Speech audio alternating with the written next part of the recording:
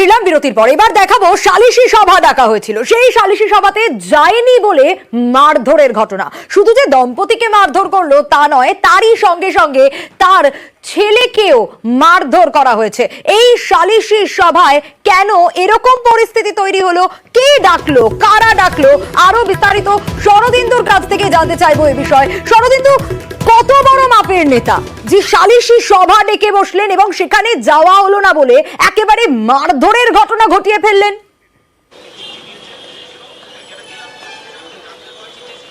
দেখো, আজাদ রহমান তিনি হচ্ছেন জামালপুরের চকদিঘি অঞ্চলের সভাপতি তৃণমূলের, এবং অভিযোগ তার বিরুদ্ধেই, তার লোকজনের বিরুদ্ধেই।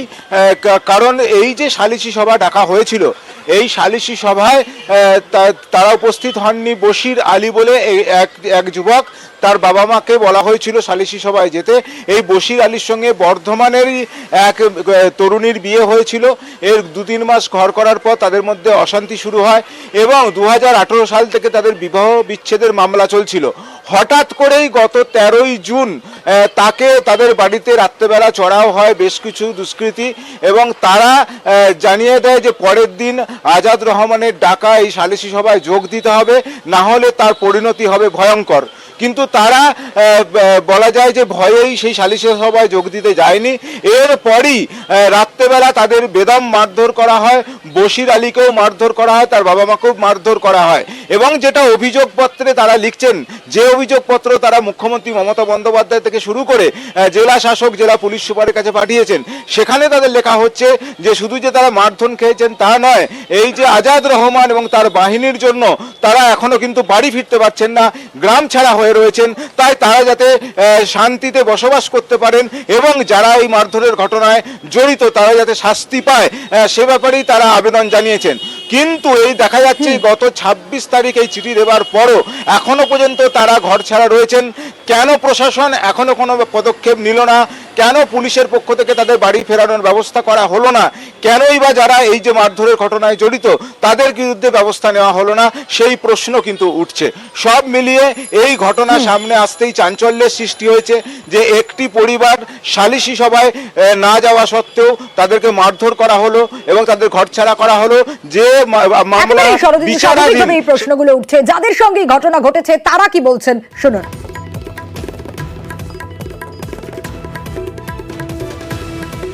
ছেলের সঙ্গে যে মেয়েটার বিয়ে হয়েছিল ওরা মামলা করে। কিসের মামলা? খোর পোশাকের মামলা করে ওরা। সেই মামলা এখন বিচার চলছে। আর ওরা বলছে যে আমি এখানে আজাদ রহমানের অফিসে আমরা বিচার চাই। কারা বলছে?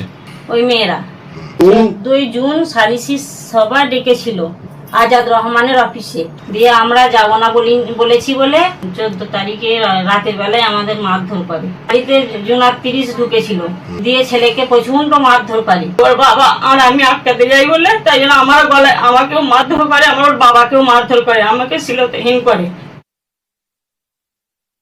আমরা প্রাণের ভয়ে আমরা সালিশি সভায় যাইনি। 14 জুন রাত্রি 7টা নাগাদ আমার বাড়িতে প্রায় 30 দুষ্কৃতী আমার বাড়িতে ঢোকে। ঠিক আছে, বলে আজাদ রহমানের সালিশি সভায় তোমরা হাজির হওনি, ঠিক আছে, তোমাদের সন্ধ্যা 7টায় টাইম দেওয়া ছিল, তোমরা আসোনি, ঠিক আছে, দেখো এর পরিণতিটা কি হয়। তারপরই আমাকে মারধর করে এবং আমার গলার পা দিয়ে দাঁড়িয়ে থাকে। হ্যাঁ, আমার মাথা লক্ষ্য করে একটা বাঁশ চালায়, সেই বাঁশটা আমি মাথাটা সরিয়ে বাঁচিয়ে নিলে কোনো রকমে আমার ভুঁড়িতে এসে লাগে। যে অভিযোগটা ওরা করেছে সম্পূর্ণ ভিত্তিহীন অভিযোগ। এই বিষয়ে আমি কিছু জানি না। আমি অঞ্চল পার্টির বিষয়ে কোনো মীমাংসাও ডাকিনি, কারণ আমার কাছে যতদূর খবর আছে এটা কোর্টে মামলা চলছে। আর যেটা 14 তারিখে আপনি বললেন যে একটা ঝামেলা হয়েছে, সেটা তো গ্রাম্য ঝামেলা, আমি খবর পেয়েছি। এই বিষয়ে আমি কিছু জানি না। উনি যে অভিযোগ করেছেন সম্পূর্ণ মিথ্যা।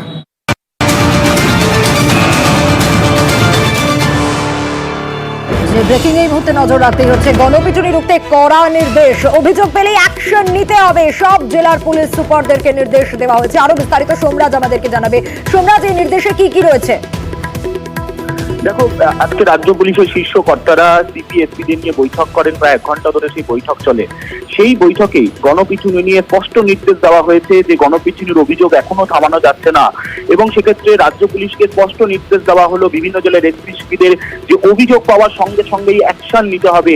এখনো বেশ কিছু জায়গায় খামতি রয়েছে, এমনটাই বৈঠকে বলেন এডিজি আইন শৃঙ্খলা। তোমাকে জানিয়ে রাখি যে আজকে যে পুলিশের শীর্ষ কর্তাদের বৈঠক, সেখানে 6 জন পুলিশের শীর্ষ কর্তা উপস্থিত ছিলেন, যেটা নবান্ন সূত্রে খবর। বৈঠকে এডিজি আইবি, এডিজি আইন শৃঙ্খলা, ADG CID, ADG traffic, ADG legal ও নিরাপত্তা অধিকর্তা উপস্থিত ছিলেন। 6 শীর্ষ কর্তা আজকে কড়া নির্দেশ দেয় বিভিন্ন ইস্যুকে কেন্দ্র করে। একদিকে যেমন গণপিটুনি নিয়ে কড়া নির্দেশ দেওয়া হয়েছে, তেমনি সাম্প্রতিক সময়ে যে বিভিন্ন গয়নার দোকানে ডাকাতিতে বিভিন্ন গ্যাংস্টাররা ধরা পড়ছে, বিভিন্ন খুনের ঘটনায় গ্যাংস্টাররা ধরা পড়ছে, এরা ধরা পড়লেই হবে না, তাদেরকে শাস্তি দিতে হবে। সেই শাস্তি দেওয়ার সময় যে নথি পেশ করবেন আদালতে, সেই নথিগুলো লেখার সময় যদি কোনো সমস্যা হয় বা যদি কোনো প্রশ্ন থাকে, তাহলে সুপিরিয়র অফিসারদের সঙ্গে আলোচনা করার কথা বলা হয়েছে। অর্থাৎ যাতে কোনোভাবেই এরা জামিন না পান বা ছাড় না পেয়ে যান, তা নিয়েও বিভিন্ন জেলার এসপি সিপিদের কড়া বার্তা এদিনের বৈঠকে দেওয়া হলো। তার কারণ, এদিনের বৈঠকে রাজ্য পুলিশের শীর্ষ কর্তারা বলেছেন যে সাধারণ মানুষের আস্থা থাকা উচিত পুলিশের ওপর, সেটাই নিশ্চিত করতে হবে। পাশাপাশি বেআইনি অস্ত্র উদ্ধারে আরো অভিযান করার নির্দেশ দেওয়া হয়েছে বিভিন্ন জেলার।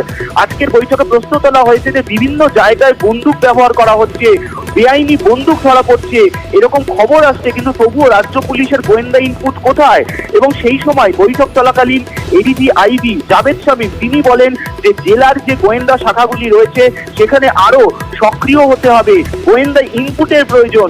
এডিজি সিআইডি বৈঠকে আজ উপস্থিত ছিলেন, তিনি বৈঠকে উপস্থিত থেকে বলেন যে সিআইডি বিভিন্ন জায়গায় তাদের নজরদারি করছে, কিন্তু জেলা পুলিশেরও সহযোগিতা প্রয়োজন। বৈঠকে উপস্থিত থেকে এডিজি আইন শৃঙ্খলা মনোজ বর্মা বলেন যে বিভিন্ন বিহার ঝাড়খণ্ড থেকে গ্যাংস্টাররা ধরা পড়ছে, জেলা পুলিশের বিভিন্ন জেলা পুলিশের সেই ডেটা ব্যাংক কোথায়? যে গ্যাংস্টাররা যারা আসছেন তাদের ডেটা ব্যাংক কোথায় রয়েছে? তাদের ব্যাপারে কেন কোনো তথ্য থাকছে না, সেই নিয়েও প্রশ্ন তোলেন এবং ডেটা ব্যাংক আরো বাড়ানোর পরামর্শ দেন।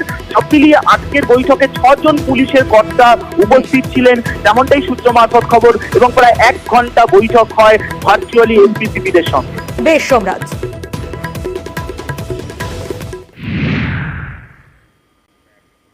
আরিয়াদহের ঘটনার দিকে নজর রাখবো, কারণ আরিয়াদহে মা ছেলেকে মারধরের ঘটনা, আর তাতে মূল অভিযুক্ত জয়ন্ত সিং তিনি ইতিমধ্যে হাজতে। কিন্তু পান্ডা হাজতে থাকলে কি হবে? সাগরেদদের দাপট কিন্তু চলেই যাচ্ছে। কেন এই কথা বলছি? কারণ সাগরেদরা এবার দাপট দেখাচ্ছে। জয়ন্ত গ্রেপ্তার হয়ে গেলে কি হবে?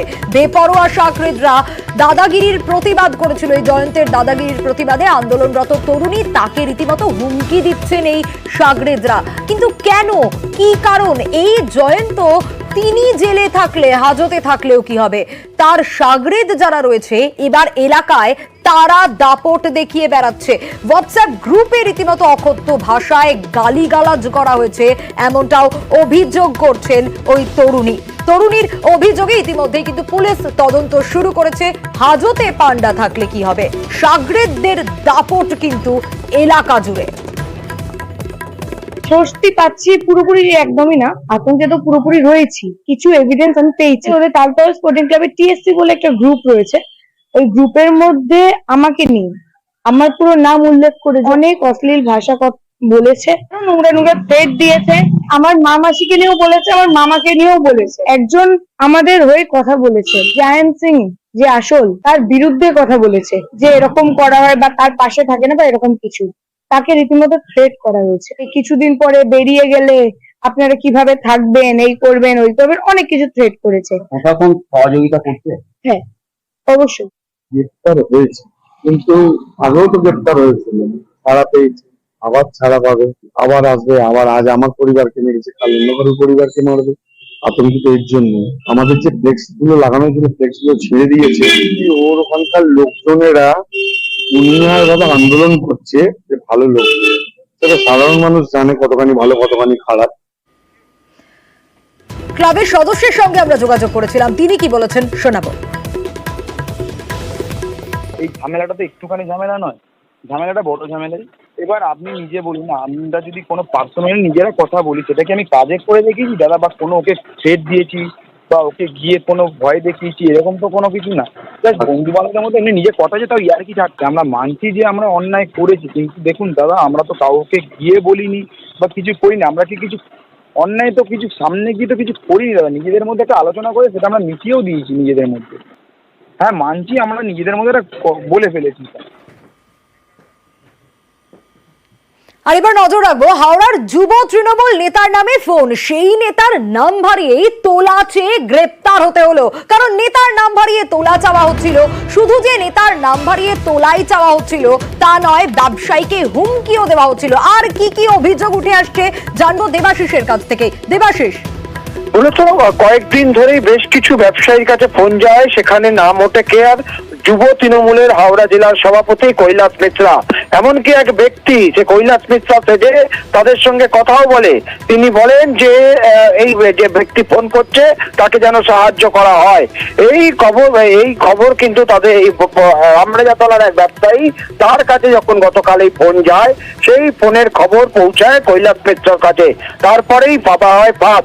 শিবপুর অর্থাৎ শিবপুর বিধানসভার অঞ্চল সেই আমরাজাতলা ব্যবসায়ীকে তার থেকে তাকে বলা হয় যে বাড়িতে এসে যেন সে টাকা নিয়ে যায়, কারণ তার কাছে কোনো অনলাইন সিস্টেম নেই।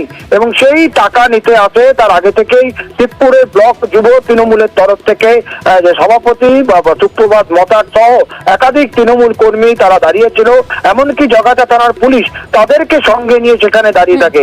এরপর সেই ব্যক্তি এসে যখন টাকা নেয়, হাতে নাতে ধরা পড়ে জগাতা থানার পুলিশের হাতে। পরবর্তীকালে বারবার তাকে জিজ্ঞাসা করে জানা হয় যে কৈলাস মিশ্রার সঙ্গে তার কি সম্পর্ক রয়েছে, সেরকম কোনো তথ্যই তিনি দিতে পারেননি। তবে একাধিক ব্যবসায়ীর কাছ থেকে এই ধরনের টাকা নেওয়া এবং তাদেরকে হুমকি দেওয়া এবং ফেক কল করা, সেই মামলা রুজু করে তাকে গ্রেপ্তার করা হয়েছে। যুব তৃণমূলের সভাপতি কৈলাস মিশ্রার তরফে বেলুর থানাতেও একটি নতুন করে এফআইআর করা হয়েছে এই ব্যক্তির বিরুদ্ধে। বেশ, একজন আমার নাম করে মানে আমার কৈলাস মিশ্রা সেজে ওর থেকে ডোনেশন চাইছিল। আমরা সিটি পুলিশের কমিশনার ত্রিপাঠী স্যারকে বললাম এবং সিপি স্যার সঙ্গে সঙ্গে একটা রিটেন কমপ্লেন দিতে বললে রিটেন কমপ্লেন দিয়েছি। এবং তারপরে সকালবেলা যখন টাকা নিতে এসেছিল, আমাদের যুব ছেলেরা ছিল, জাগাছা থানা পুলিশ ছিলেন এবং ওকে অ্যারেস্ট করা হয়েছে। আমাদেরকে বদনাম করার জন্য যারা এটা করছে তারা শাস্তি পেয়েছে, আগামী দিনও পাবে। শিলিগুড়ির দিকে নজর রাখবো। সেখানে আবার জমি দখলের চেষ্টার এই অভিযোগে গ্রেপ্তার আরো এক তৃণমূল নেতা। দেবাশিস প্রামাণিকের পর এবার পুলিশের জালে গৌতম গোস্বামী। তিনি আবার এসজেডি এর সদস্য। গৌতমকে দিল্লি থেকে গ্রেপ্তার করা হয়। আর এই ফুলবাড়িতেই সরকারি জমি দখলের অভিযোগে গ্রেপ্তার বিজেপি নেতা। ল্যান্ড মাফিয়া গ্রুপ তৈরি হয়েছে, তারা গভর্নমেন্টের সব জমি কাওয়াখালী থেকে শুরু করে বিক্রি করে দিচ্ছে। ওই গ্রুপটাকে আমি ছাড়বো না। যে করেছে অ্যারেস্ট করে নেবে। আমি কাউকে ক্ষমা করব না। শিলিগুড়ির কাছে কাওয়াখালী, ডাবগ্রাম, ফুলবাড়ি, এই সব এলাকা জুড়ে রয়েছে শিল্প তালুক। জমির দাম কোটি কোটি টাকা। এরকম জায়গাতেই সরকারি জমি দখল, যা রুখতে এবার রাজনীতির রং না দেখে পদক্ষেপ করা হচ্ছে। গ্রেফতার করা হয়েছে আরো এক তৃণমূল নেতাকে, যিনি শিলিগুড়ি জলপাইগুড়ি ডেভেলপমেন্ট অথরিটিরও সদস্য।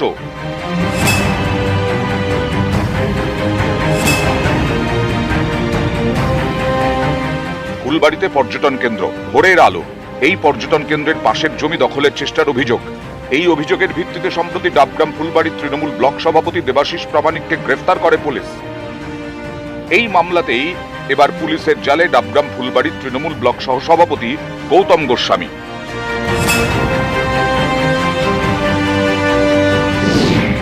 গৌতম গোস্বামীকে দিল্লি থেকে গ্রেফতার করেছে পুলিশ।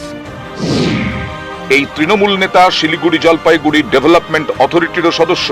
দেবাশিস প্রামাণিক, গৌতম গোস্বামী, তাদের সাথে আমার কাজ করা হয়নি এখনো। জানি না মানুষ হিসেবে তারা কেমন। আইনের পথে চলছে, নিশ্চয় আইনের উপর ভরসা রয়েছে, যেটা ঠিক সেটাই হবে। ভোরের আলো পর্যটন কেন্দ্রের পাশেই রয়েছে সরকারি জমি। এই জমি দখল করে রিসর্ট তৈরি করা হয়েছে। এই অভিযোগে বিজেপি নেতা উত্তম রায়কেও গ্রেফতার করেছে পুলিশ। বৃহস্পতিবার রাতে জলপাইগুড়ির গজলডোবার বাড়ি থেকে বিজেপি নেতাকে গ্রেফতার করা হয়। সেই সময় আমাকে বামফ্রন্ট সরকার পাট্টা দিয়েছে, সেই পাট্টার উপরে আমি একটা রিসোর্ট করেছি, ছোটখাটো একটা আমার হোটেল আছে। আমাকে এইটাই মূল উদ্দেশ্য, আমি যে বিজেপি করি তার কারণেই আমাকে অ্যারেস্ট করা হলো। দলনেত্রী বারে বারেই চাইছেন যে পশ্চিমবাংলায় দলমত নির্বিশেষে স্বচ্ছতা আসুক।